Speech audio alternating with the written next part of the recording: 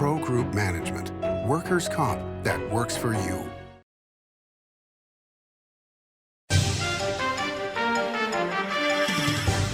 Hi, I'm Ray Hagar, standing in for Sam Shedd on Nevada Newsmakers, and today's guest is William Douglas, an author. We're going to talk about his book, The Starlight Hotel Casino, which is a novel about the metamorphosis of Reno gaming at the end of the 20th century. It's all coming up next on an all-new Nevada Newsmakers. Welcome to the Winnemucca Big R. Hi, I'm John Walker. Welcome to Big R Lovelock. Hi, I'm Rich Martin. Welcome to Fallon Big R.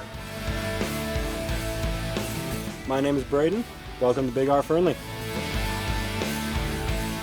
Hi, I'm Kelly. Welcome to Big R Sparks.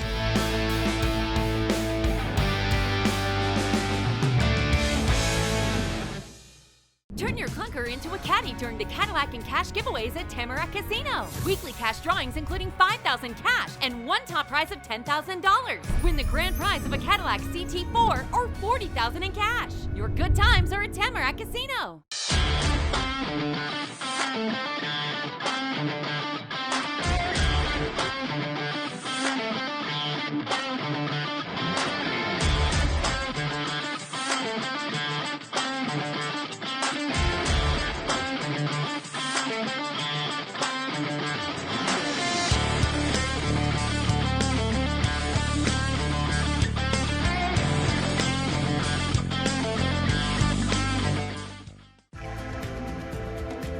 Save money and take transit. Did you know you can ride the bus all day for less than what it would cost you for a gallon of gas? Plan your trip now by going to rtcwashoe.com. Story County is leading Nevada. Home of the Tahoe Reno Industrial Center, Google, Tesla, Panasonic, and other world-leading companies. Story County provides thousands of tech, advanced manufacturing, and logistics careers for Nevadans. We're diversifying and driving Nevada's economy and generating millions in tax revenue and billions in economic activity across northern Nevada. Story County is leading Nevada's future. This is Nevada Newsmakers with host Sam Shedd, a no-holds-barred political forum. Now, from the Nevada Newsmakers broadcast headquarters, here is Sam Shedd. Hi, welcome back to the Nevada Newsmakers. Of course, our guest today is part two of our interview with Bill Douglas. He was a former Reno casino owner and started the Bass Studies program up at the University of Nevada. His book is a novel about the metamorphosis of Reno gaming in the 1990s called The Starlight Hotel Casino.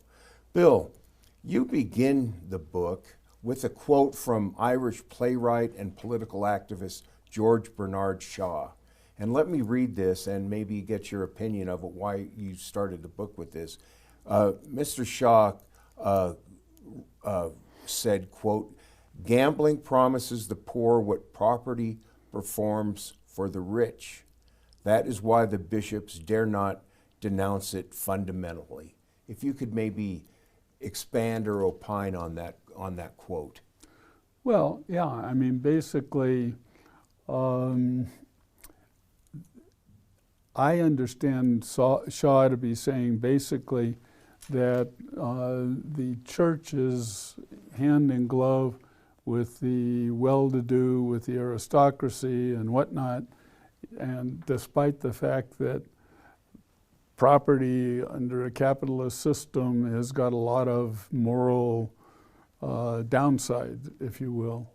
And basically he was saying the reason the bishops or the churches do not denounce gaming and just say gaming is flat out immoral and we think it's a mortal sin is because the poor people are hoping to have a stroke of luck and get out of poverty or whatever through the vehicle of gaming because they don't have property. They're not getting, so that would be my spin on it. But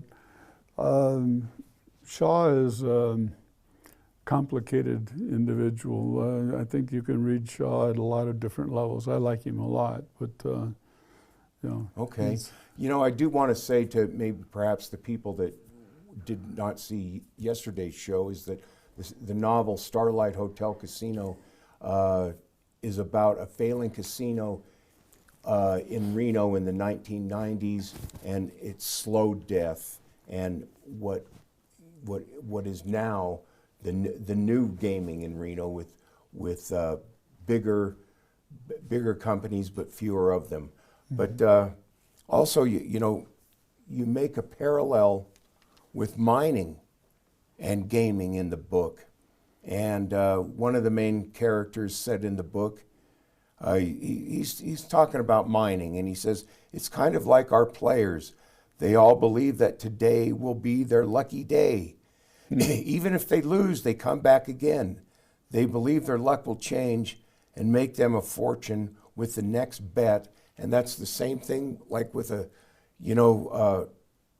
miner in Nevada. He didn't strike it rich today, but maybe tomorrow he's going to find that his own Comstock load. Maybe if you could talk about the parallel there from gambling and mining. Well, I mean, it kind of is very reflective of my background. My grandfather was one of the founders of Tonopah. My father was born in Tonopah. My grandfather was a major figure in mining in central and southern Nevada. I didn't ever know him. I'm named after him. His name was Billy Douglas, but I didn't know him. He died 10 years before I was born. But my father, my father started his slot route that eventually led to his involvement in the Calneva and the Comstock and the Riverboat and property in Las Vegas. And he started a slot route out of Tonopah. So, there was always this kind of, and his first locations were in little bars and mining camps in central Nevada. So there was always this overlap in my family between gaming and whatever, but I also think that the point that I'm making there is totally valid, irrespective of the Douglas family. Yes. One of the characters in your book, I think he was the marketing director at the time, Manny Cohen. Mm-hmm. He had a proposal which seemed odd to me. It was the Bethlehem Casino, which would have had animated wise men, live sheep and cattle, and a Birth of Christ show 3 times a day. It was so outlandish that I thought, well, he can't make this up. Did someone actually have that proposal? No, actually, I made that up. Oh, okay. I was trying to think of what would be the most outlandish. I wanted to start the book with a bang, and so it starts with Manny Cohen sitting in the outer office, waiting to go in to talk to the board about his proposal, and they had no intention of building a new casino. They just wanted to announce that they were going to do so, to be able to pump the stock to go, because they were in deep trouble and they wanted to go public and get a bailout. But so they sent Manny down to Las Vegas, and Manny ran around Las Vegas for a couple of weeks, and they sent him down there to get ideas. And so he came up with this Bethlehem casino idea. So, and he even goes on to say, just think of the possibilities in the gift shop and Christmas 365 days a year and all of that. And, it was a totally outrageous idea, and I wanted to kind of grab the reader's attention with something that outrageous. And well, I think it works. Yeah, I got another idea I want to run by you, but we got to take a break first. We'll be right back with more with Bill Douglas right after these few words. Carson Valley Inn, it's your place for the good times. Carson Valley Inn.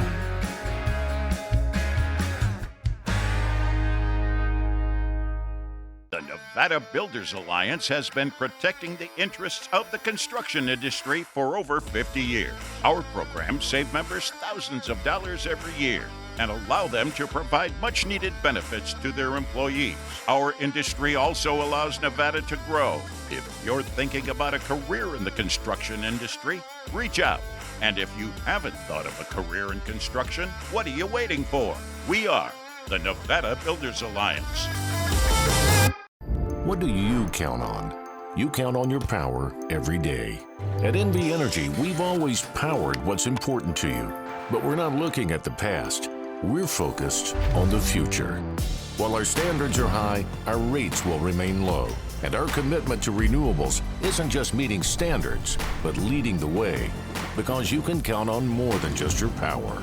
You can count on the company who brings it to you. That's our promise. You can count on it. Early in the morning or throughout the night, professional truck drivers are on the job, serving you, safely moving freight that's crucial to our economy. From the oldest industries to our newest innovators, from the exotic to the everyday, trucks are everywhere, moving everything. Never afraid to embrace a future that makes Nevada and our nation stronger. Trucking moves America forward. This is Nevada Newsmakers. Hi, welcome back to Nevada Newsmakers. I'm Ray Hagar, and our guest today is Bill Douglas. He's a former casino owner and the founder of the Bass Studies program at the University of Nevada, Reno. Bill, you were a co-owner in three hotel casinos. You had the Riverboat, you had the Comstock, and also the Calneva.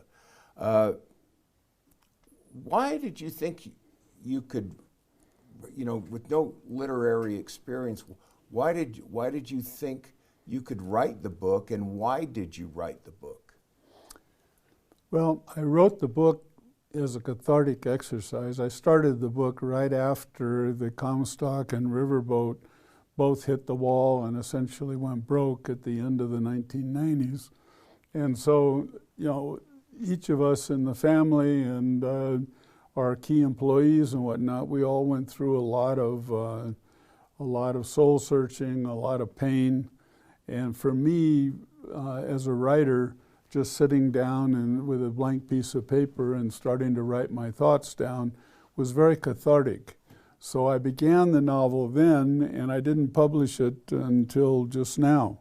So that novel was like 20 years in the making, and it evolved over that time. What I wrote down, it's still reasonably close to what I wrote down initially, but it's evolved, and the characters have evolved, plots changed a little bit and stuff, but it was cathartic. And then the other thought was, I had a ambivalence about it because I thought, I am saying things in this book that you would, I have a character in there, Jerry, who is a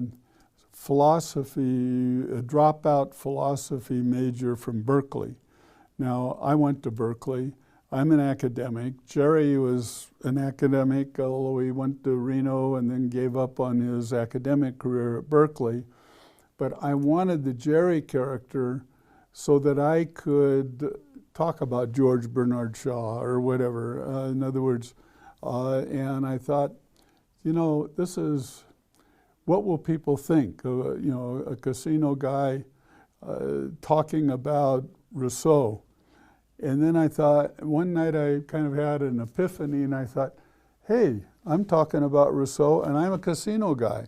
So, that solved it for me, just that little realization. I thought, hey, and actually I know a bunch of casino people. One of my closest friends is Phil Satry, and he is one of the most interesting people from an intellectual standpoint that I know. And he reads books, we talk books all the time. We travel together, we fish together, we're very close. Yes, I know Mr. Satry too. Let me ask you this. First off, in the 20s and 30s, Reno had a reputation as being a town with mobsters in it. And you only insert yourself and your brother John in this novel just one time.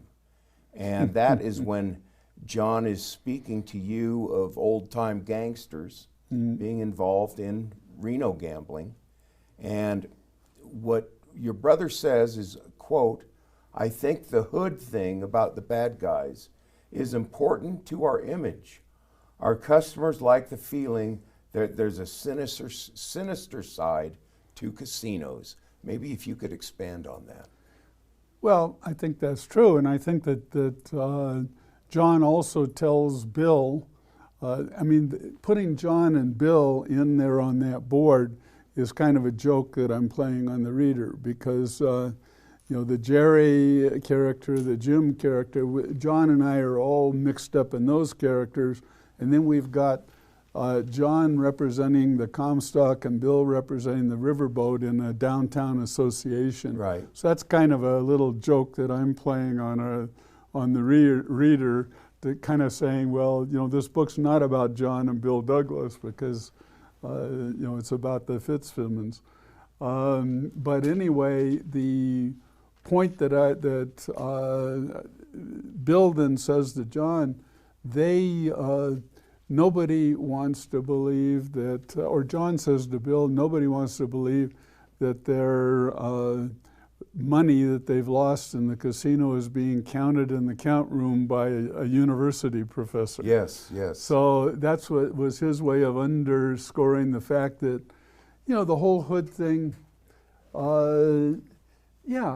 wherever gaming, to this day, whenever gaming goes in, I don't care whether they're looking at it in Macau or Singapore or Atlantic City or whatever, there's always this big investigation to see whether there's some kind of mob influence in the licensing of a particular casino or whatever. So, yeah, we are definitely we're not a white, all white, everybody loves us family business that nobody's going to vote subsidies for family casino owners the way we do for family farmers. Yes. And of course the Mob Museum is a major attraction now in Las Vegas. Sure. So let's take a break right here. Let's pay a few bills and we'll be right back with Bill Douglas. Pro Group Management offers workers' comp services to a growing number of industries. As businesses grow and change with the times, the need for a solid workers' comp program must be flexible and up to date. The evolving nature of regulations can make staying ahead of complex tasks challenging. But Pro Group Management simplifies the work so your industry can move forward and succeed. Pro Group Management, workers' comp that works for you. Like a traditional handmade basket, retail is woven into the fabric of life in Nevada. From big box to mom and pop, retail supports our communities in countless ways. Jobs for the disabled, team uniforms for kids, help for the elderly, and so much more. Retail employs over 1 in 10 workers. Retail supports Nevada, and we support retail. RANNV.org. As you know, Reno is booming. Toll's development company is helping it grow with insightful design and development, building community with every project, adding beauty, adding excitement, emphasizing our shared humanity. Reno is becoming bigger. Toll's development is helping it become better, more livable, more enjoyable. To learn more, go to tollsdevelopment.com. tollsdevelopment.com. For 50 years, Nevada Heating has been keeping people comfortable in their homes. At Nevada Heating, call the Do It Right guys and get the air conditioning back on today. That's the Nevada Heating way. Why sweat for days on end when Nevada Heating can get your air conditioning fixed today? Call us today and we'll fix it today at 323-5585 or schedule us on our website at nevadaheating.com. This is Nevada Newsmakers. Hi, this is Ray Hagar, and we're back on Nevada Newsmakers with our guest, Bill Douglas, talking about his novel about Reno gaming in the end of the 20th century called The Starlight Hotel Casino. Bill, in the book, you write about being a local guy living in a gambling town. And you talk about one of the characters, he was very eager to gamble before he turned 21. And he even devised a surefire way to win at roulette. And so then he turned 21, he went and tried his luck, and he lost his money in like 15 minutes. Poof, it's all gone. And he said it was the best money he ever spent because, quote, he said, if I was going to live in this town, imagine what might have happened if I had won. But he lost, and I never placed another bet since. And that's one thing about growing up and living in Reno or Las Vegas is that, the gambling really isn't for the, there's local casinos, but, gambling is in some ways is not for the locals. Could you talk about that? Well, the incident that you're describing was totally autobiographical. That was me. I had a friend, and the two of us in high school worked up a system for playing roulette, and we went down to Harold's Club. The minute we turned 21, we were about the same age. As soon as he turned 21, he was 3 weeks younger than I. We went down, we took our money, we'd saved about $200 each, which was a lot of money in those days. We went down to Harold's Club and to try out our system, and in 15 minutes we were broke, and I have never placed a bet since, like it says in there. And when I say that, you can't live in this town and be a gambler, it's like, you can't, if you're an alcoholic, you can't really go out and get a job as a bartender. I mean, I would equate it to that. You just, the temptation's too great. If you're going down, and there are people in Reno that are have a huge gambling problem, and all of their money gets lost one way or another. Their lives have been shattered, their marriages have been shattered and whatnot because they got hooked on gambling and they were living in Reno where now, I mean, all this internet gaming and stuff raises those questions. It's going to be really interesting to see what happens in America when everybody can make bets while they're dressed in their pajamas and lying in bed. Mm-hmm. That's going to be a huge, huge social issue down the road, I think, for this country. Yes. One of the things that struck me is that when the patriarch of the Starlight is talking to his son, in his son's time, he had a job, janitorial, busboy, bar back, car dealer. Mm-hmm. And he thought he was a failure because his dad kept moving him around. But what in essence what the father was doing was teaching him the business. Mm-hmm. And I look at Johnny Esquaga and his daughter Michonne Esquaga, or I look at the Carano sons. They had various jobs in the casino, and that's how they learned the businesses. Could you talk about that a little bit, about family businesses, trying to keep it in the family by teaching the younger generation the ropes from A to Z? Yeah, and I think that essentially is the difference, rather than stock ownership, between family-owned or family casinos and corporate operations. Essentially, in the James and Jim relationship in the book, part of the problem is James never communicated properly. They didn't have a good communication, so Jim was never told why he was being shifted around a lot. So he became a fly fisherman and a squash player to sublimate all of his frustration when he was working in the casino. And they have this come to Jesus conversation in which James said, well, I was just trying to prepare you to take over for me. And Jim says, well, you never told me that. I thought I was in your way. I was a nuisance and that kind of thing. But so that's part of the tension of the novel, the fiction in the novel kind of thing.